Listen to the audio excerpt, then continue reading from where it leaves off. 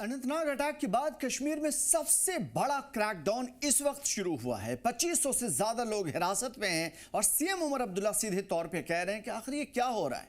यानी बीच बचाव करते हुए या फिर कश्मीर का पक्ष रखते हुए काफी नाराज हैं सीएम उमर अब्दुल्ला।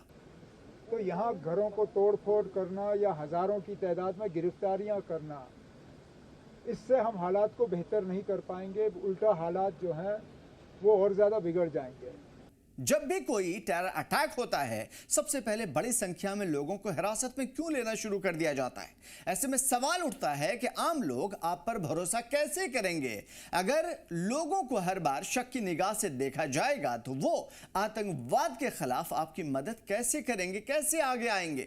पहलगाम अटैक के बाद भी आपने देखा होगा कि लोगों ने खुल करके आतंकवाद की न सिर्फ निंदा की बल्कि सड़कों पर निकल आए, दिन रात एहतजाज किया, सिक्योरिटी फोर्सेस के साथ खड़े होने का संदेश दिया। लेकिन अगर हर घटना के बाद बड़ी संख्या में लोगों को ऐसे ही हिरासत में लिया जाता रहा तो इससे क्या भरोसा कमजोर नहीं होगा। यही सवाल उठा रहे हैं सीएम उमर अब्दुल्ला। मेरा अपना तजुर्बा, मैं भी 6 साल मैंने जम्मू कश्मीर रियासत को चलाया है। उस वक्त हम रियासत थे, पुलिस का कमांड हमारे हाथ में था और हमने उस वक्त हम जानते थे कि लोगों को साथ लिए बिना इस सिलसिले का खात्मा नहीं होगा। एक हद तक हम जरूर पहुंचेंगे पुलिस, आर्मी, सीआरपीएफ सारों का इस्तेमाल करके, लेकिन इसका असली खात्मा तब होगा जब आम लोग हमारे साथ मिलके इसकी मुखालफत और इसके खिलाफ उठेंगे। जैसे पिछले साल पहलगाम के बाद हुआ, आम लोगों ने अपनी नाराजगी का इजहार किया और पहलगाम के हमले के खिलाफ जो है अपनी आवाज बुलंद की। यही वजह है कि ये बहस सामने आ रही है कि आतंकवाद के खिलाफ सख्त कार्रवाई के साथ साथ आम लोगों का विश्वास बनाए रखना क्यों जरूरी है। एक पुलिस जवान की हत्या हुई, उसके बाद पूरे कश्मीर में बड़े पैमाने पर क्रैकडाउन शुरू हुआ, पकड़ धकड़ शुरू हुई। करीब 2500 से ज्यादा लोगों से पूछताछ के लिए उन्हें हिरासत में लिया गया और इससे पहले भी हुआ है।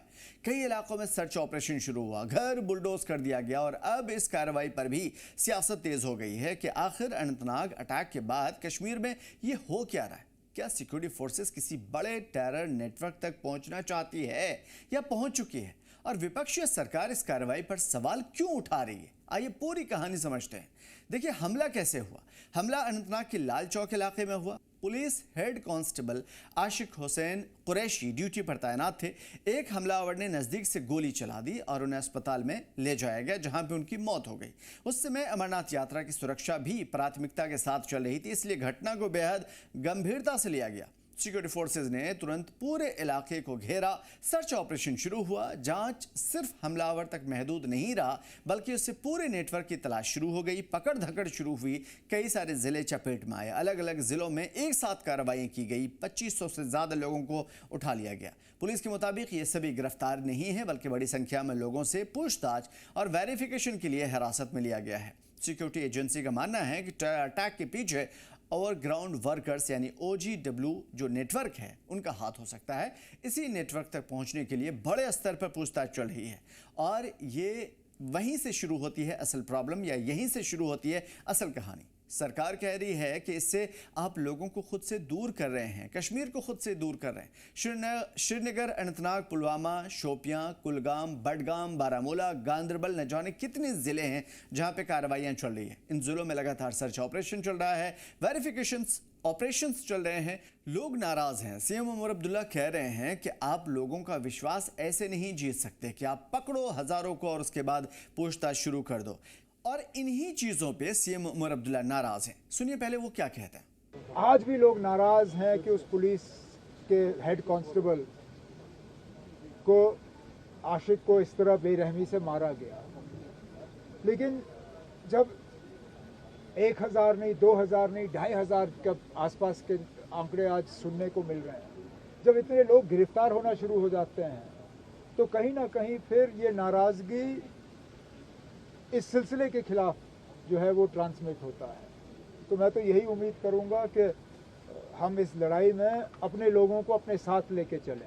अब पहले ये समझिए कि यहाँ पे सियासत क्यों शुरू हुई। मुख्यमंत्री उमर अब्दुल्ला ने कहा कि आतंकवाद के खिलाफ कार्रवाई जरूरी है, ये मैं भी मानता हूँ, लेकिन उन्होंने ये भी कहा कि कार्रवाई कानून के दायरे में होनी चाहिए। महबूबा मुफ्ती ने भी बड़े पैमाने पर हिरासत में लिए जाने और कुछ अन्य कार्रवाइयों पर सवाल उठा दिए। मैं आज भी कहती हूँ मसला कश्मीर जिंदा है, उसको हल करने और बशमूल उसमें 370 और 35 है उसका एक पार्ट होना चाहिए, नॉट ऑल टुगेदर। और स्टेटहुड इज अ पार्ट, जो हमारे साथ 2019 में हुआ उसकी एक कड़ी है स्टेटहुड। तो आप सब कुछ छोड़ते हैं, आपके पाँव काट दिए, आप कहते हैं पाँव तो कट गए, आप जूता मुझे दे दो। तो मैं समझती हूँ ये ज्यादती है जम्मू कश्मीर के लोगों के साथ और अपनी पार्टी के साथ, जिन्होंने बड़े बड़े वादे प्लेबिसाइड से लेके अटानमी की बातें की हैं। मुझे लगता है उनके साथ भी ज्यादती है। मगर साथ में मुझे ये बात भी याद आती है कि नेशनल कॉन्फ्रेंस ने हमेशा नॉर्मलाइज किया है सिचुएशन को। दूसरी तरफ सिक्योरिटी एजेंसी का कहना है कि उनका मकसद सिर्फ आतंकियों के खिलाफ या उनके नेटवर्क को खत्म करना है। अब सबसे बड़ा सवाल यहाँ पे ये भी पैदा होता है कि क्या ये क्रैकडाउन ऑपरेशंस, गिरफ्तारियां किसी बड़ी साजिश का पर्दाफाश कर पाएंगी या नहीं, क्योंकि इससे पहले भी हुआ है लेकिन इससे पहले उसका आउटपुट नहीं निकला। क्या इससे कश्मीर में टेरर नेटवर्क कमजोर हो पाएगा या फिर इतनी बड़ी कार्रवाई को लेकर के ह्यूमन राइट्स और कानून पर बहस और तेज होगी? इन सवालों के जवाब आने वाले दिनों में जांच तय करेगी। फिलहाल जो चीजें साफ तौर पे दिख रही है, ये लोग आवाज उठा रहे हैं कि ये पकड़ धकड़, ये गिरफ्तारियां, ये सर्च ऑपरेशंस, ये तमाम तर चीजें इस वजह से हो रही है ताकि सेंट्रल गवर्नमेंट का जो दावा है कि यहाँ पे सब नॉर्मल है, सब चंगा है, वो दिखाया जा सके। क्योंकि दिन दहाड़े किसी पुलिस या सिक्योरिटी एहलकार पे गोली चला देना, उसे मार देना, तो फिर हम कैसे कहें कि दहशतगर्दी खत्म हो गई? तो फिर बाकी लोगों को जो गिरफ्तार किया जा रहा है, आने वाले दिनों में इन दहशतगर्दों के खिलाफ वो हमारा साथ कैसे देंगे, मुल्क का साथ कैसे देंगे? फिलहाल सिक्योरिटी फोर्सेस का ऑपरेशन चल रहा है, जांच आगे बढ़ रही है, पूरे मामले पर देश की नजर बनी हुई है। जैसे जैसे जानकारी सामने आएगी, तस्वीर और भी साफ होती चली जाएगी। आप क्या मानते हैं, हमें जरूर बताइएगा।